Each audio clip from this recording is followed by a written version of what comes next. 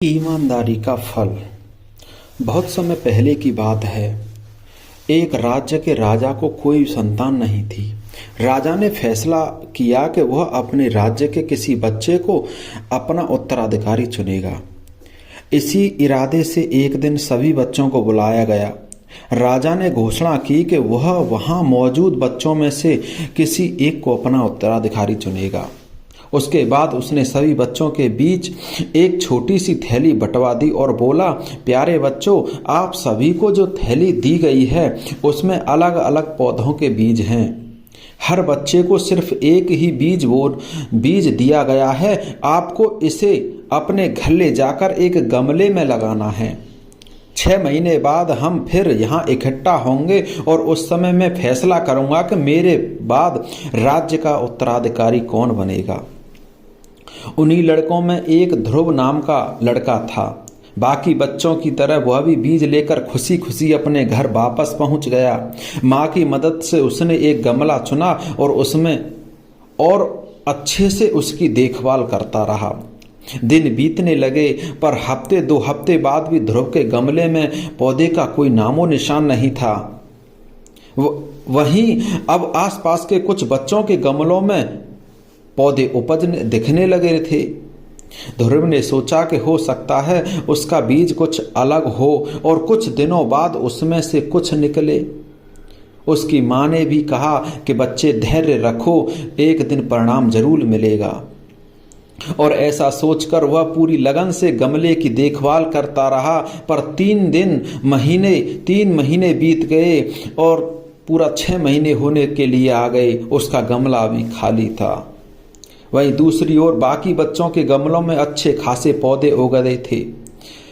कुछ में तो फल फूल भी दिखाई देने लगे थे। ध्रुव का खाली गमला देख सभी उसका मजाक बनाते और उस पर हंसते। यहाँ तक कि कुछ बड़े बुजुर्ग भी उसे बेकार में मेहनत करने से मना करते। पर बावजूद इसके ध्रुव ने हार नहीं मानी और लगातार गमले की देखभाल करता रहा। देखते देखते 6 महीने बीत गए और राजा के सामने अपना गमला ले जाने का दिन आ गया।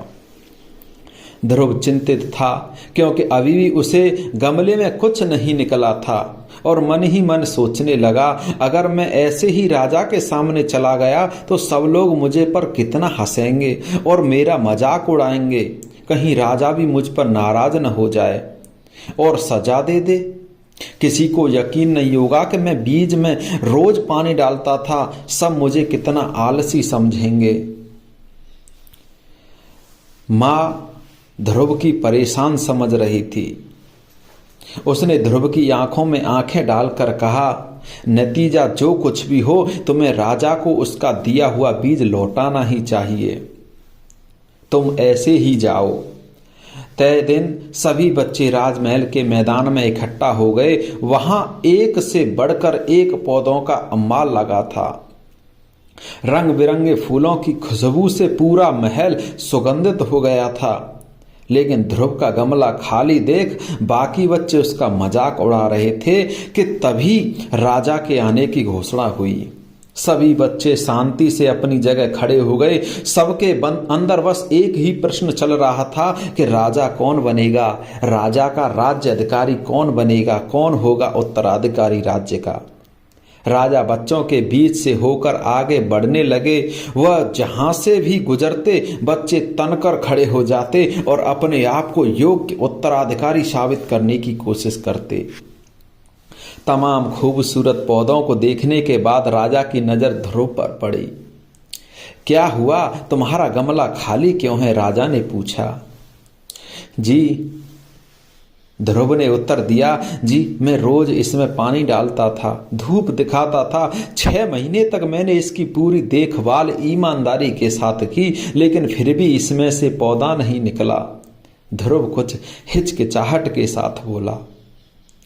राजा बाकी गमलों को देखने के लिए आगे बढ़ गया और जब सभी गमले देखने के बाद उसने बच्चों को संबोधित किया, आप लोगों ने खुद को साबित करने के लिए कड़ी मेहनत की है।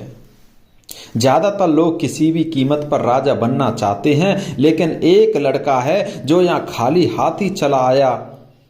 ध्रुव, तुम यहां मेरे पास आओ। राजा ने ध्रुव को इस तरह बुलाया। सबके सामने इस तरह बुलाया जाना ध्रुव को कुछ अजीब लगा।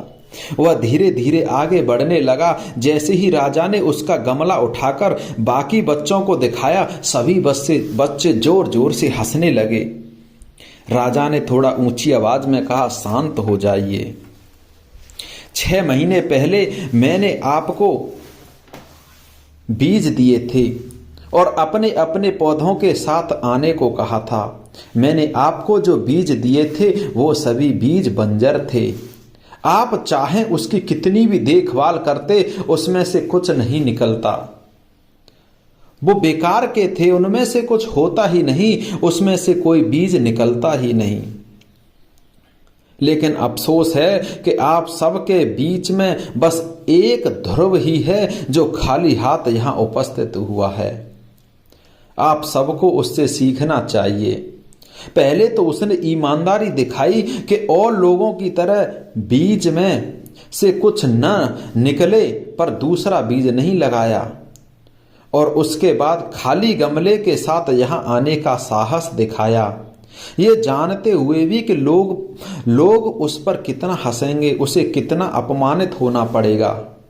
राजा ने तुरंत तभी घोषणा कर दी कि राज्य का उत्तराधिकारी अगला राजा ध्रुव ही होगा। ये उसकी ईमानदारी का फल है।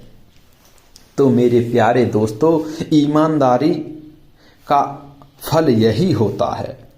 कहते हैं अगर तुम किसी काम को करते हो तो उसे पूरी ईमानदारी के साथ अपने कार्य के प्रति समर्पित होकर बहुत अच्छी तरह से करना चाहिए। किसी काम को आप अपने पूरे मन और ईमानदारी और समर्पण के साथ कीजिए। एक न एक दिन आपको सफलता मिलेगी, एक न एक दिन आपकी सफलता रंग लाएगी। यही ईमानदारी और मेहनत का फल होता है।